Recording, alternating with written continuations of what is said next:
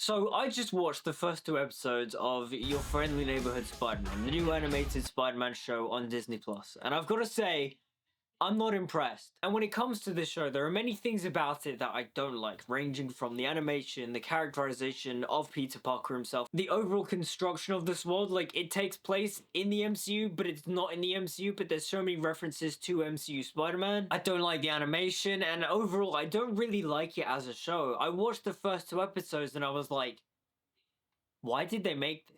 Who did they make this for? Like, as a Spider-Man fan, I just sat there going, okay, genuinely, what is this Spider-Man cartoon? Who is this for? This doesn't introduce the character to new audiences. In many ways, like the MCU, kind of relies on the fact that you've seen previous Spider-Man iterations, but it's so confusing. Like, this show opens with Peter Parker going to school, and then all of a sudden a portal opens and Doctor Strange is fighting a Venom symbiote type of thing. We find out Uncle Ben's already dead, and then Doctor Strange deals with the symbiote thing, and then Peter saves this girl who apparently is like a Marvel character, I don't really know. And then he's bitten by the radioactive spider. Then the theme song plays, and then all of a sudden, months have passed. He is now Spider-Man, but he's not like in a proper Spider-Man costume. He's wearing like a Spider-Man ski mask, but then also too, he's got like a football jersey with the spider logo on it, and I'm like, okay, who is this show for? But before we get into the rest of the video, don't forget to like, comment, subscribe, follow me on social media. It's all linked down in the description. I am an actor and filmmaker myself, so check out my latest short film, The Shining Optimism of VF Manar. Also, click the link in the description to go to my Indiegogo campaign for my upcoming fantasy short film, The Singer's Tale. And yeah, with all the self-promo out of the way, let's get into Your Friendly Neighborhood Spider-Man.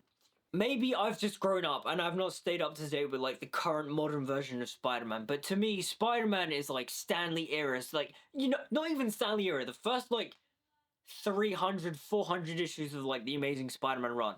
That is Spider-Man to me. Spider-Man the Animated Series, Spectacular Spider-Man, the Ultimate Comics. That is Spider-Man to me. And there's something so weird about this show to where it feels both un-Spider-Man, but also too, it's trying to be very faithful to like the MCU iteration of Spider-Man, but it's not set in the MCU, but like there's so many references to the MCU. Like when Doctor Strange shows up, they play the Doctor Strange theme, and I'm like, okay, so is this in the MCU or what? You constantly see Easter eggs to other major Marvel characters like Iron Man and Doctor Strange. There might be a Captain America one somewhere, but Amadeus Cho's in the show. Why? I don't know, he's not really a Spider-Man character. What's he doing in a Spider-Man cartoon? And whilst we're on the topic of the characters of the show, the overall supporting cast for this show is so confusing to me because there's not really any Spider-Man characters, and when there are, they've changed them, or they're kind of just irrelevant. Like Harry Osborn's in the show, and it's not really in it that much. It's like Peter saves him, and it's like, okay, cool. That's meant to be Peter Parker's best friend. But now we don't have time for him. He's just not really in the show for now. Peter Parker has a love interest in his old babysitter called Pearl, but there is no Mary Jane, there is no Gwen Stacy, there is no Deborah Whitman, there is no Liz Allen, there is no Betty Brant. Like, who is this show made for? The show isn't made for Spider-Man fans.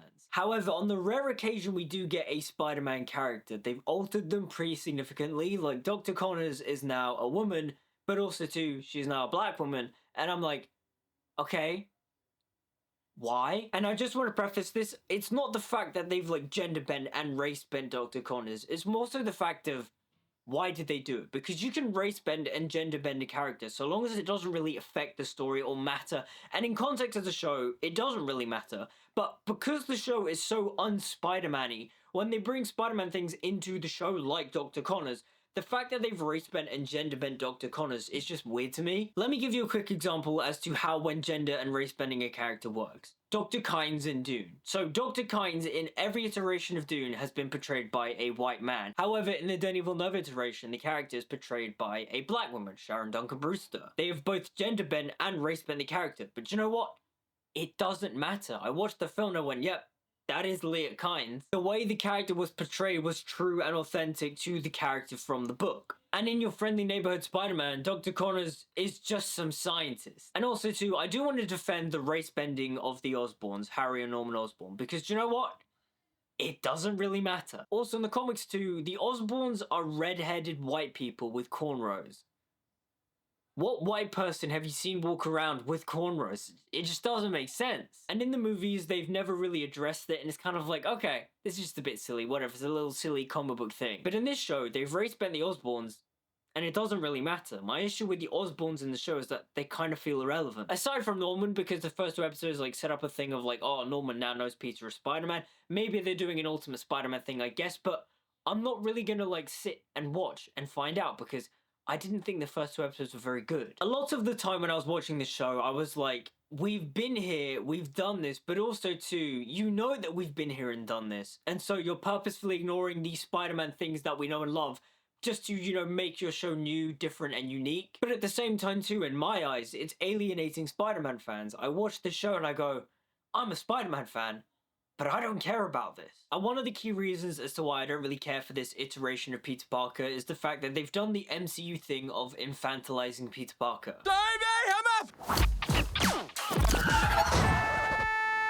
I'm okay! Ever since the MCU Spider-Man had his first solo film in Spider-Man Homecoming, they have in many ways infantilized Peter Parker. Peter Parker in the comic books is a nerd, and he is shy and a little bit timid, but at the same time too, he is bold and brash, he has a personality. If you mess with him, he will tell you to go away. But no, ever since we got Tom Holland Spider-Man, he's all like meek mild and like, oh hey Mr. Stark, yeah, I'm so sorry Mr. Stark, it was my bad. And Far From Home when he starts yelling at Happy, oh Happy, what are you doing? Oh no Happy, I'm so sorry, I yelled, I'm so sorry man. MCU Peter Parker doesn't grow a backbone until we get to No Way Home. And even then, it's just a bit annoying to where everyone goes, yeah, Tom Holland is the best Spider-Man.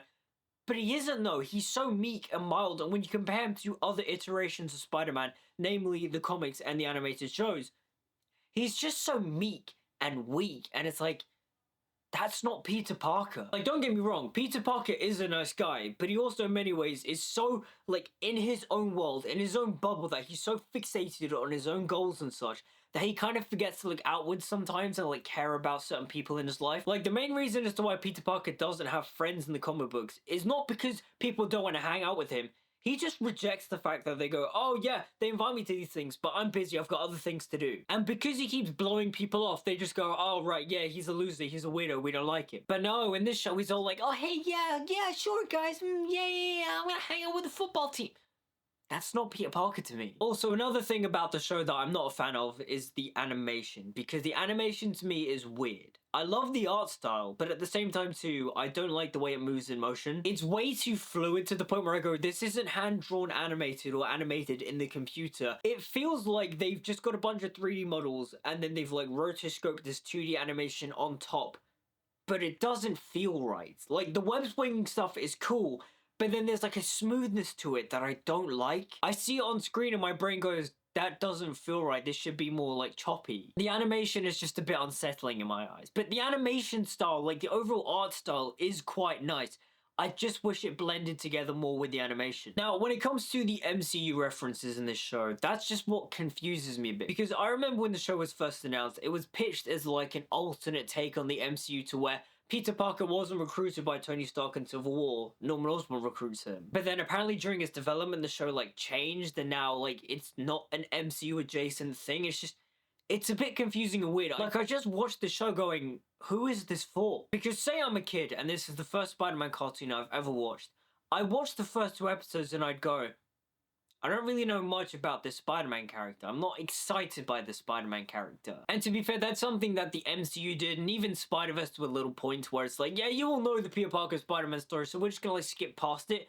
But in my eyes, the origin of Peter Parker Spider-Man is so crucial to understanding the character of Spider-Man. And by rushing past it and ignoring it because everyone's seen it, I don't know, it rubs me the wrong way. Like, I'm not saying you have to spend like, you know, a whole hour on the origin, but at least spend a little bit of time on it and not change it so radically. A show that does it perfectly is Spectacular Spider-Man, because in the first episode we don't see the origin, but we understand Peter Parker as a character. We understand his moral compass, we understand the whole Uncle Ben thing without ever really talking about the Uncle Ben thing. You know, the whole with great power comes great responsibility thing. Like, in the first episode of Spectacular Spider-Man, we understand that all completely without having seen the origin. Because you know why? That show was well written. The thing is, I can't really say that I'm disappointed by the show because I didn't really have any expectations for this show. Like, it was announced so long ago that by the time it has finally now come out, I didn't really care that it came out. And because of that, I took my time in watching it. And after having seen it, I'm not gonna watch anymore. I don't think it's very good. Like, really, Marvel Animation, this is the thing you're gonna follow up X-Men 97 with? Like, This X-Men 97 to me was like a very nice, refreshing palate cleanser. I watched it and I went, this show is really cool. I'd love to get a Spider-Man show like this, especially since 90s Spider-Man cameos in that show.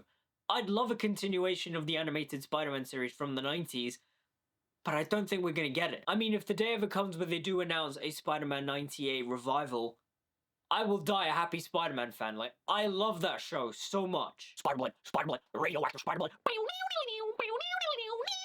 That cartoon was my childhood. And you know what? As a Spider-Man fan, I do feel a little bit envious of X-Men fans because they had a really cool revival of X-Men 97, and we get your friendly neighborhood Spider-Man. Like, that's not fair.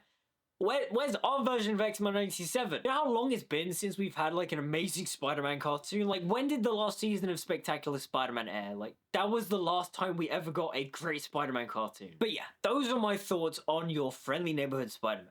I don't think it's very good. What do you guys think about your friendly neighborhood Spider-Man? Do you like it? Do you dislike it? Let me know in the comments down below. Like, comment, subscribe, follow me on social media, all the good stuff. Until we meet again, I'll see you guys next time.